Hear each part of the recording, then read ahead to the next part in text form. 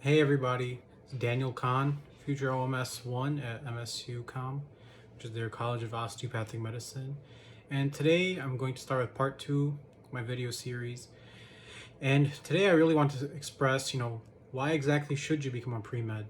There's so many reasons, and I really want to condense some of them down because you really want to have a few that you're going to stick to the rest of your life, because obviously being a pre-med student, being a medical student, and being a doctor is a life full of sacrifice and extra difficulty that, you know, typically, I'm not trying to downplay other people, but there's a lot of extra sacrifice, extra hard work, extra stress and responsibility involved that, maybe other people just don't have to relate to or even have to do in their life.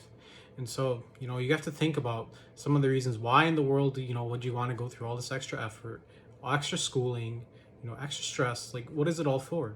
And it's really short sighted to have goals such as, I want to have prestige, I want to have money, I want respect from other people. I'm trying to make my family uh, proud. That one's kind of debatable, but I'll explain all of these. So let's go back to the first one. I want prestige. Well, what exactly is prestige? When you think about it, prestige is basically, how much of a status do you have? So we can all be honest here. Doctors have a high status, and I'm assuming all of you are in America like me. Doctors do have a high status in American society. When you're in kindergarten, um, and the teacher's like, "What do you guys all want to be when you grow up?" What do most people say? They're like, "I want to be a doctor. I want to be a police officer. I want to be a firefighter." Those are kind of the things that I remember as a little kid hearing, and you know, I think that kind of has that imprint early on in life. Oh, being a doctor is that cool thing. You see on TV, movies, and that's because medicine is such a important part of our life. I mean, everybody gets sick, and so doctors have like this kind of limelight in the sense that they're shown in movies as being like experts and solving difficult things, and everybody looks up to them because of that. And that isn't just in movies, but it's also how it is in real life too. And so the thing is yes, doctors do have prestige, and I mean, if you want to, you can pursue prestige, but there's multiple different careers where you can pursue prestige, which may be easier to do in terms of the work-life balance. Maybe they make more money, maybe they might make less money. uh, you have to consider that. And some of these fields might be like a airline pilot, that has a lot of prestige too. They have a really cool uniform. If you've ever been in an airport and you manage to see them walk in, trust me, their uniform to me looks a lot cooler than a white coat. And there's other different fields, maybe being like a hedge fund manager if you want to go into finance, or being a venture capitalist, or maybe even an entrepreneur. Because if you think about who are the most famous people in the world, the ones with the like most prestigious people, those are usually like people like Elon Musk or Bill Gates, or even like a top lawyer, you know or even top researcher as well. Those people have a lot of prestige as well, and usually much more than the typical doctor. Typical doctors prestige would probably only extend to their community, the area they serve, and the people they know. But other fields, you can have it may be easier to have like an international impact, or be known in a larger community, and they can just have more prestige that way. So being a doctor for prestige is not really the most efficient way if that's your goal. So it's really not a good option. So the second one, money. Okay, another, this isn't a well kept secret. Everybody knows physicians do have a decent salary, pretty decent. And I'm not gonna get into whether you think that's appropriate or not, but I do want to say there's many other careers where you can make much more money, or maybe slightly less money, but with much less stress and hassle and education. Those can be just going into business fields itself. Like, if your goal is to make money, why become a doctor when you could become an actual finance major and get a master's in business administration, and work at a really nice financial company, and you work much less and you'll make about the same, if not more money. There's many options like that, or become your own entrepreneur, make your own business in a, I don't know, maybe something like HVAC or something, where if you become good at it in the community, you can make a lot of money off that. So there's a lot of different options, just because everybody knows the doctor's salary is kind of high doesn't mean that, there's not other fields where the salaries are much higher. If you end up becoming a top researcher, or you work at an administrative side of things, in almost any big company, you can end up making much more than an average doctor could make. And you'd still be working maybe 40, 50 hours, or even if it is the same amount of hours, it's not the same kind of stress level as maybe saving a dying patient. You know what I mean? Like, it might just be more paperwork and stuff like that. So money is not really a good goal to pursue long term. And then a third thing, respect. Obviously we all respect doctors. They have a title doctor in their name.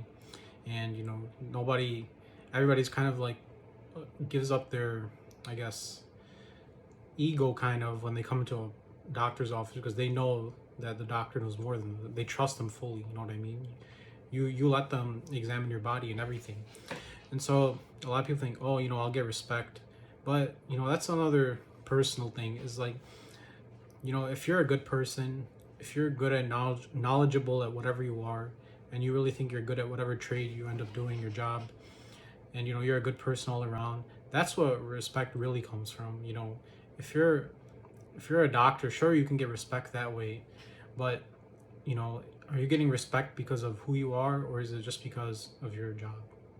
And it's more important, in my opinion, and I think I'm honestly right about this. It may not just be my opinion, but it's more important, if you want respect, to just be a good person and be good to other people around you, and then you'll get respect no matter what you do in your life. Unless you become a criminal, then I don't think there's much respect for that. Well, maybe maybe in jail, I guess, depending on the crime. But I'm not in jail, so I don't know. So yeah, don't try to go into medicine for those kinds of goals, because it's short-sighted. You realize there's a lot of sacrifice, hard work, and a lot of mental endurance needed. And having these kinds of short-sighted goals, which can be achieved in different other fields, or in lower stress environments, will make you think twice about why am I doing this just for money, stuff like that. And so then it makes you think, why exactly should I do medicine then? I mean, of course, you want to look at the job, you want to look at the field, you want to see, like, is this even a field where I can, even support myself, with my salary and all that. And of course, these are all things to look into. Of course, I'm not saying to never consider money, or never consider, what kind of life will I live. No, that's silly. You should always look into that, but don't make that your only goal. So then you have to think, why exactly should I do medicine? And so the first thing I would say is, obviously this was going to sound very generic, but you're a very selfless person, in the sense that helping others gives you more satisfaction than simply helping yourself. If you feel like maybe mentoring people or educating people, like, let's say you like tutoring, or you like teaching, or even just teaching maybe your younger family member how to behave, or just helping them with things. If you're a person like that who enjoys that, and seeing other people improve themselves because of your help, then medicine is a great place for that, because now you're going to use science knowledge and medical knowledge, as well as just the qualities of being a good person, to help improve people's lives. Another reason to do medicine is having a strong sense of empathy for others. This kind of links back to the first one. And if you have a strong sense of empathy, and on top of liking science, that's another great reason to do medicine, because you want to have a scientific background. You have to enjoy the science of medicine in order to treat patients. While at the same time, if you're empathetic, you don't just dismiss patients like, oh, that guy's just faking his pain, or whatever. I don't really care what he says. But you'll actually think through, listen, and try to show your human side to patients in the future. So that's another great reason to consider medicine.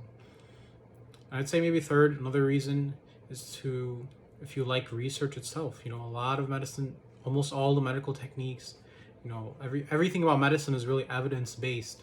So what that means is, there's clinical studies, there's research, there's trials that have been done. It's been proven multiple times in different prestigious journals. This technique works, or this treatment works, or this new drug by a pharmaceutical company has been known to lower the mortality rate of X disease. So if you're interested in that, that's another aspect of medicine too. Not all of medicine involves you seeing a patient in a clinic, or maybe doing surgery. There's a huge academic side of it as well.